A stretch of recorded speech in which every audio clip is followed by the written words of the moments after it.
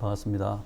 자, 오늘은 개혁주의 교회론 두 번째, 교회의 속성과 표지에 대해서 한번 알아봅시다.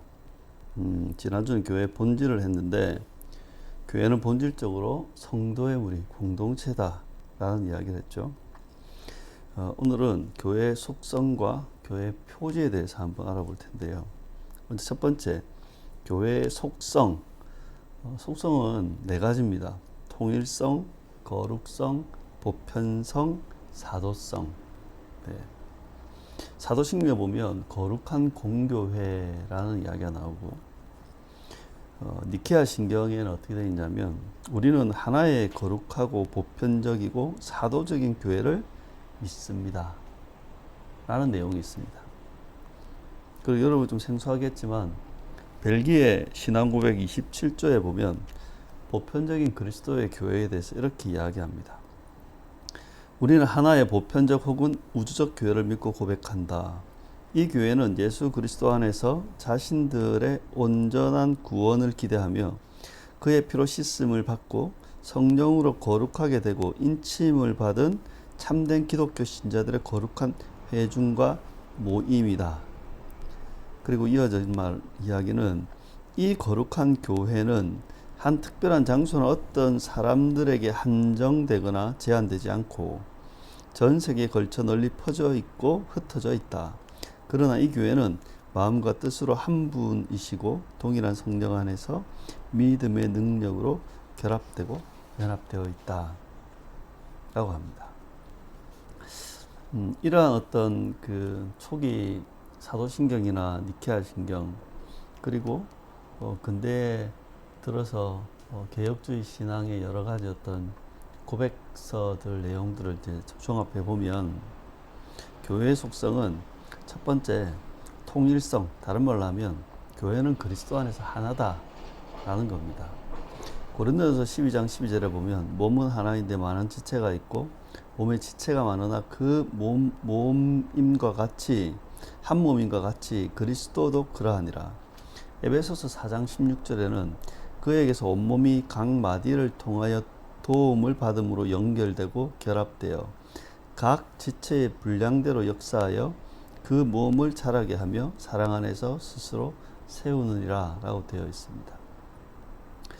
그러니까 이 교회의 머리이신 그리스도가 하나죠. 그러니까 교회도 본질적으로 하나다라는 겁니다. 모든 신자는 예수 그리스도의 몸으로 하나인 거죠. 우리는 하나의 믿음, 하나의 세례로 연합되어 있는 겁니다. 그리고 이 교회의 통일성은 내적이고 영적인 성격을 갖습니다.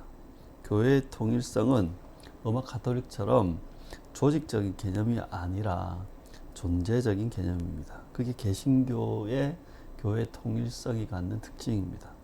이 통일성은 예수 그리스도의 몸으로서의 통일성이죠. 신자들은 그 몸의 지체를 구성하고 있고 이 몸은 하나의 머리이신 예수 그리스도의 통치를 받는 겁니다. 그래서 이 통일성은 교회에 속한 모든 자들이 공통된 믿음을 가지고 공통된 사랑의 끈으로 묶여지고 미래에 대한 공통된 소망을 가진다는 의미입니다. 그렇게 교회는 마음과 뜻으로 한 분이시고 동일하신 성령 안에서 믿음의 능력으로 결합되어 연합되어 있는 것입니다.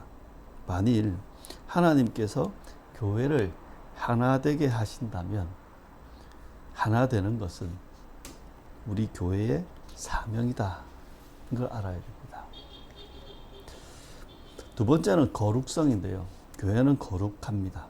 에베소서 1장 4절에서 5절에 보면 곧 창세전에 그리스도 안에서 우리를 택하사 우리로 사랑 안에서 그 앞에 거룩하고 흠이 없게 하시려고 그 기쁘신 뜻대로 우리를 예정하사 예수 그리스도로 말미암아 자기의 아들들이 되게 하셨으니 라고 합니다. 교회는 세상 가운데 거룩하게 구별된 공동체인 겁니다. 교회가 거룩한 것, 그것은 우선은 예수 그리스도 안에서 하나님이 거룩하게 하시고 성령이 그 안에 거하시기 때문, 내주하시기 때문인 겁니다. 교회는 그리스도의 중보로 인해 하나님 앞에서 거룩한 것으로 인정됩니다. 교회로 모인 사람들은 그리스도의 피로 의롭게 되었고 그리스도의 영으로 거룩하게 된 거룩한 사람들인 겁니다. 그런 면에서 교회는 존재적으로 거룩한 공동체인 겁니다. 두 번째, 교회가 거룩한 것은 신성한 사명, 신적 사명을 수행하기 때문입니다. 교회는 성령의 사역이 우선적으로 이루어지고 성도들이 함께 모이는 곳입니다. 교회는 하나님의 말씀을 전하고 성례를 집행하고 한자리에 모여 예배를 드리고 신자들끼리 영적 교제를 나눕니다. 교회는 그리스도 안에서 거룩한 사귐을 목표로 삼고 이루어져 가는 거죠. 이런 곳은 교회밖에 없습니다. 그렇다면 존재적으로 거룩하게 된 교회, 이 교회는 이제는 행위적으로 거룩하기 위해서 노력해야 하는 겁니다. 그러니까 교회는 우리 온 성도들, 그러니까 거룩한 무리는 거룩성을 추구해야 될 사명이 있는 겁니다. 거룩한 교회가 된 우리는 계속해서 우리 자신을 죄로부터 분리시켜 가야 한다. 그래서 그 거룩성을 이루어 가야 한다. 네. 세 번째는 보편성입니다. 교회의 속성. 교회는 보편적이다. 로마서 10장 12절을 읽어보면 유대인이나 헬라인이나 차별이 없음이라. 한 분이신 주께서 모든 사람의 주가 되사 그를 부르는 모든 사람에게 부여하시도다. 그러니까 교회라는 것은 인종, 문화, 지역, 시대를 초월한 온 세계적이며 온 우주적이라는 거예요. 그러니까 모든 시대, 모든 신자들을 포함하고 모든 나라와 모든 민족을 그 구성원으로 포함하는 것이 바로 교회다. 그러니까 이 교회의 보편성이라고 할 때는 온 우주적인 무형교회에 적용되는 겁니다. 개신교는 근본적으로 무형교회만이 참된 보편교회라고 주장합니다. 현존하는 어떤 조직체보다도 로마 가톨릭은 전 세계적으로 조직체를 가지고 있기 때문에 자기네들이 진정한 보편교회라고 하지만 어떤 세상에 존재하는 조직체라도 오히려 무형교회야말로 진정한 보편교회로서의 성격을 가지는 겁니다. 왜냐하면 이 보편교회, 무형교회야말로 이 세상의 각 시대에 속한 모든 신자를 예외 없이 포함할 수 있기 때문이죠. 그러니까 교회는 뭐냐 하면 항상 어딘가에 있습니다. 교회는 어디에서나 또한 어디든지 있을 수 있는 것입니다. 네. 종교적 가장 암흑기 있는 그때도 교회는 존재하는 겁니다. 네 번째는 사도성입니다. 첫 번째가 통일성이었고 두 번째는 거룩성이었고 세 번째가 보편성이었고 네 번째가 사도성인데 교회는 사도적이라는 겁니다. 사도행전 2장 42절에 보면 그들이 사도의 가르침을 받아 서로 교제하고 떡을 떼며 오로지 기도하기에 힘쓰니라. 에베소서 2장 20절에 보면 너희는 사도들과 선지자들의 터 위에 세우심을 입은 자라. 그리스도 예수께서 친히 모퉁이 돌이 되셨느니라 라고 합니다. 그러니까 교회는 사도들의 가르침, 사도들의 터 위에 세워진 겁니다. 이 말이 뭐냐면 사도들이 가르친 것을 받아들이는 것이 교회의 속성입니다. 교회는 성경에 있는 그 사도의 가르침이 기초가 되고 그 가르침으로 다스려지는 것입니다. 이 사도의 가르침의 핵심이 뭔가? 그게 바로 신약 성경이겠죠. 신약 성경 27권은 다 사도들과 관련되어 있지 않습니까? 사도들의 터 위에 세워진 교회는 사도들이 말한 것을 믿어야 하고 사도들의 가르침과 모순되는 것은 어떤 것이든지 가르쳐서는 안 됩니다.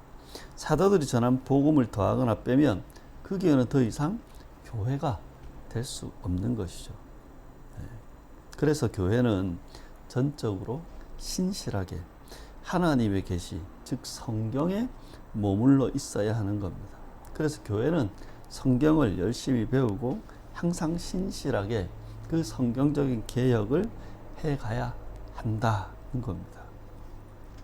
그렇게 교회의 속성 4가지, 통일성, 거룩성, 보편성, 사도성을 살펴봤고요. 이제 2번째, 교회의 표지에 대해서 한번 봅시다. 참 표지가 뭔가? 참 교회의 표지가 뭔가? 3가지인데요. 하나는 말씀의 참된 선포, 2번째는 성례의 바른 시행, 3번째는 권징의 신실한 시행입니다.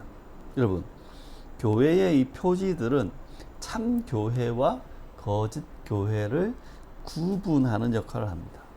이단이 일어났을 때 참된 교회를 인식하는 표지가 무엇인지를 밝혀야 하는 겁니다. 그뿐만 아니라 요즘처럼 교회의 여러 가지 문제들과 상황 속에서 우리는 교회다움을 고민하게 됩니다. 교회의 교회다움은 무엇을 통해 드러나는가? 지금 이 시대야말로 그 교회가 무언가를 고민하게 하지 않습니까? 네. 수많은 교회 중에 이상한 교회가 한두 개 있으면 그나마 나은데 요즘엔 너무 많은 이상한 교회와 이상한 목사들이 많잖아요. 종교개혁자들은 교회가 반드시 따라야 할 진리의 표준이 있다는 입장을 취했습니다. 그리고 그 표준은 바로 하나님의 말씀인 것을 인정했습니다.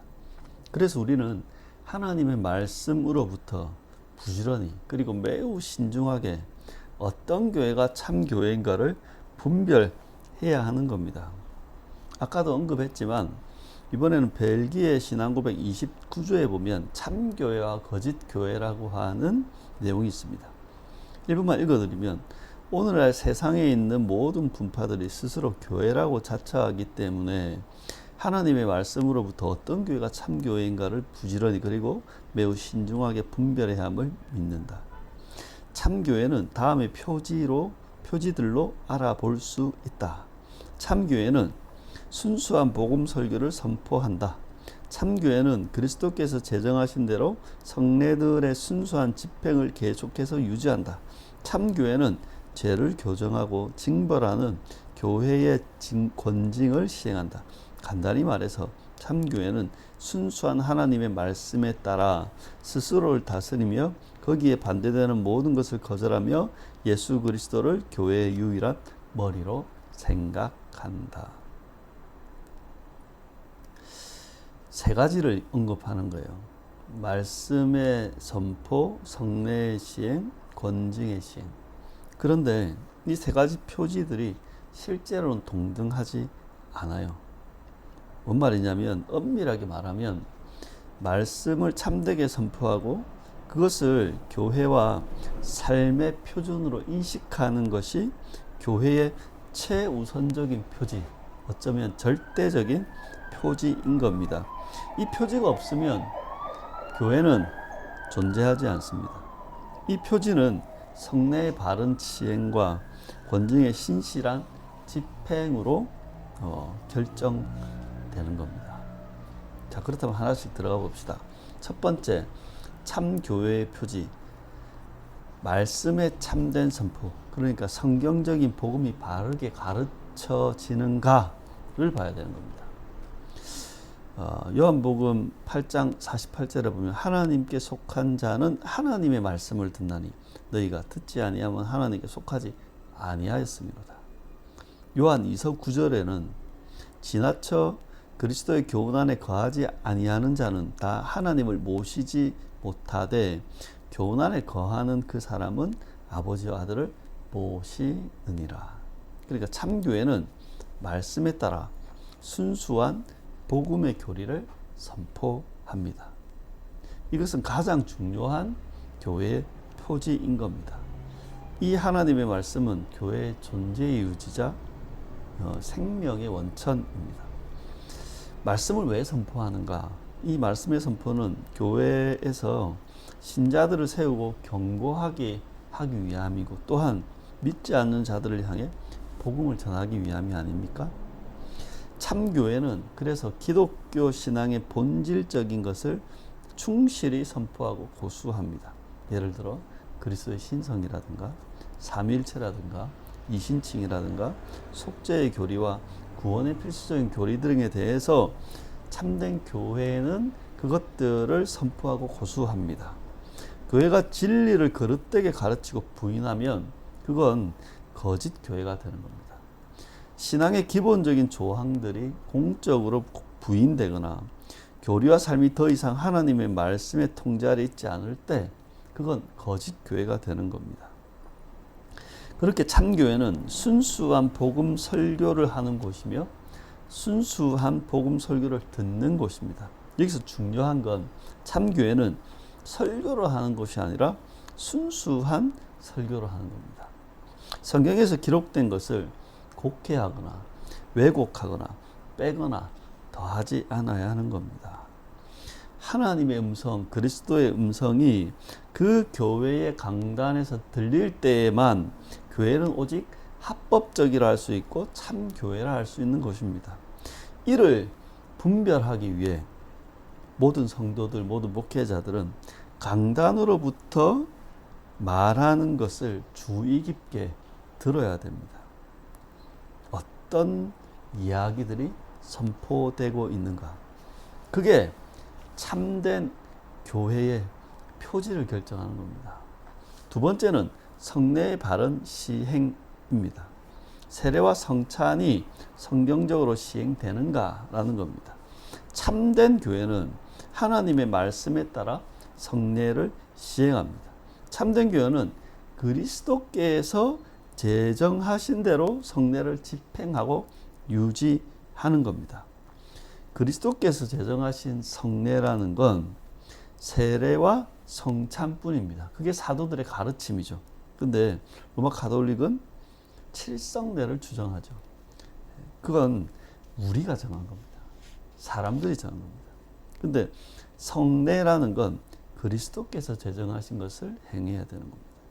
또한 이 성례는 보이는 형태의 말씀입니다. 성례는 그래서 믿음을 강화하죠.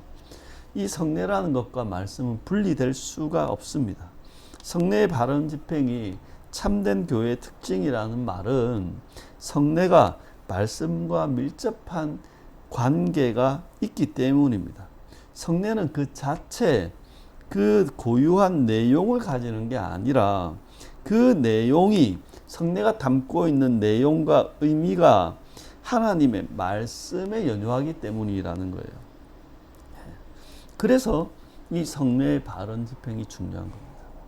그러면 성례는 어떻게 집행해야 되는가? 성례는 합법적인 말씀 사역자들에 의해 신적 제도에 부합하게, 그러니까 성경대로 그 성경의 정신과 그 원리와 규정대로 신자들과 그 자녀들에게 집행돼야 되는 겁니다. 원칙이 세 개입니다. 하나는 합법적인 말씀 사역. 함부로 아무나 성례를 집행하면 안 된다. 두 번째는 신적 제도에 부합하게 성경에 맡겨야 된다. 세 번째는 이 세례를 베풀고 성찬을 베품을 받는 그들은 아무나 하면 안 되고 신자들과 그 자녀들에게만 베풀어져야 한다. 마지막으로는 우리 권징의 신실한 시행입니다. 그러니까 거짓 가르침과 불순종을 바로 잡는가 하는 겁니다. 마태복음 18장 15절에 17절에 보면 내 형제가 죄를 범하거든 가서 너와 그 사람과만 상대하여 공고하라. 만일 들으면 내가 내 형제를 얻을 것이요 만일 듣지 않거든 한두 사람을 데리고 가서 두세 증인의 입으로 말마다 확증하게 하라. 만일 그들의 말도 듣지 않거든 교회의 말하고 교회의 말도 듣지 않거든 이방인과 세리와 같이 여기라. 로마서 16장 17절에는 형제들아 내가 너희를 권하노니 너희가 배운 교훈을 거슬러 분쟁을 일으키거나 거치게 하는 자들을 살피고 그들에게서 떠나라. 고린도서 5장 13절은 밖에 있는 사람들은 하나님이 심판하시려니와 이 악한 사람은 너희 중에서 내쫓으라. 그러니까 교회 안에서의 권징, 심판이 필요한 겁니다. 참교회는 하나님의 말씀에 따라 권징을 시행합니다. 하나님의 말씀은 교회 안에서 적절한 권징을 강조하죠. 그래서 참교회는 죄를 교정하고 징벌하는 교회의 권징을 시행하는 겁니다. 그렇다고 해서 이 권징이 함부로 남용되거나 오용돼서는 안 되는 거죠. 무서운 건 교회가 타락하고 좀 맛이 가면 이 권징마저도 말씀의 어떤 정신, 말씀의 원리로 하는 게 아니라 권력자의 어떤 폭력으로 변하고, 그리고 권력을 잡은 자들의 횡포와 보복으로 변할 수 있기에 무서운 겁니다. 이 권징의 시행은 교리의 순결과 성례의 거룩성을 지키기 위해서 필요한 겁니다. 권징을 등한시하는 교회는 머지않아서 이 진리의 빛이 어두워지고 거룩한 것을 남용하게 될 것입니다. 목사가 잘못했을 때 바로잡지 않는다면, 성도가 잘못했을 때 바로잡지 않는다면, 교회가 잘못됐을 때 바로잡지 않는다면, 그때는 뭐 사랑이 뭐 용납이니 넘어갈지 모르겠지만 아마 더 큰 문제들로 겪게 될 것입니다. 그래서 교회다움을 지키기 원하는 교회는 권징을 성실하게 그리고 부지런히 시행해야 하는 겁니다. 권징은 무엇보다도 교리에 따라 이루어져야 됩니다. 우리는 교회의 교리에 대해서 그래서 반드시 관심을 가져야 되고, 거짓 교리에 대해서는 뭔가를 해야 하는 겁니다. 권징의 첫 번째 내용은 뭐냐면 교리에 맞느냐, 기독교 진리에 어긋난 게 아니냐를 봐야 되고, 두 번째 권징은 삶과 생활에 대해서 시행해야 합니다. 성경은 우리를 향해서 그냥 모였다 그런 교회가 아니라 정결한 교회, 거룩한 교회라고 가르칩니다. 아무리 정통적인 교리를 주장한다 할지라도, 그러니까 교리적인 문제를 어기지 않았다 할지라도 스스로의 어떤 기질, 욕구, 감정, 어떤 유격을 스스로가 통제하지 못하고 다스리지 않는다면, 그래서 문제를 일으킨다면 그는 자기가 전파하는 믿음을 말과 행동으로 부인하는 자이며 외인들로부터 장애물과 거치는 것이 되는 겁니다. 그래서 교회와 교회 지도자들 가운데 나타나는 아주 대표적인 문제들이 어떤 거냐면 돈 문제, 성 문제, 그리고 권력과 이권 문제. 예. 다행히 한국 교회는 술 문제는 없죠. 술은 못 먹게 하니까. 네. 그래서 뭐 이상한 단란중 가는 데는 없잖아요, 목회자가. 네. 그런데 성도들은 있을 수 있습니다. 네. 그렇게 여러 가지 삶과 생활에 있어서 부정부패와 사리사욕에 연결될 수 있는 겁니다. 특히 제일 무서운 건 목회자인 거죠. 말로는 강당에서 진리를 말한다고 하지만 정작 그들의 삶은 정결하지 않았을 때 오히려 돈 문제, 성 문제, 거기다가 이권 문제까지 걸려서 부정부패에 사리사욕에 연루되어 있다면 교회는 권징을 시행해야 되는 겁니다. 그렇게 권징이 필요한 이유는 교회의 부패와 더러움에 오염되지 않도록 하기 위함입니다. 그러면 이 권징은 어떻게 하냐면 우리끼리 하는 게 아니라 권징을 실시하려면 그 기본적인 토대가 뭐냐면 교회의 정치체제가 확립돼야 되고, 이렇게 권징이 이루어지는 그걸 치리회라고 하는 겁니다. 보통 당회, 그리고 노회, 우린 총회라는 어떤 3번에 걸쳐서 그것들을 하게 돼 있죠. 교회는 신자들의 영적 양육에 대해 책임져야 되고, 그들이 믿음 안에서 성장하며 더욱 거룩해지도록 이끌어야 합니다. 그러려면 권징은 필요한 겁니다. 오늘은 마틴 로이드 존스 목사님의 기독교 강요에 보면 이 권징에 대한 이 이야기를 했던 이걸로 오늘의 마지막 내용들을 마칠까 합니다. 만일 누군가가 저에게 교회가 왜 그 모양인지 설명해 달라고 한다면, 왜 교인들의 수는 줄어들고 교회가 사람들에게 능력도 영향력도 끼치지 못하는지 설명해 달라고 한다면, 왜 그렇게 많은 교회가 세상적인 여흥이나 놀이 같은 것을 끌어들이지 않고서는 주장을 펼칠 능력이 없는 것처럼 보이는지 설명해 달라고 한다면, 왜 교회가 그렇게 위험한 상황에 처했는지 설명해 달라고 한다면, 저로서는 권징을 시행하는 데 실패한 것이 궁극적인 원인이라고 말씀드릴 수밖에 없습니다. 그래서 참된 교회는 참된 말씀을 선포하고 올바른 성례를 시행하며 신실하게 권징을 집행할 때 참 교회다움이 나타난다. 그 교회가 참 교회다. 이런 걸 잊지 마시고 함께 그 참 교회가 되어가고 세워져 가는 우리 외하는 교회 모두가 되었으면 참 좋겠습니다.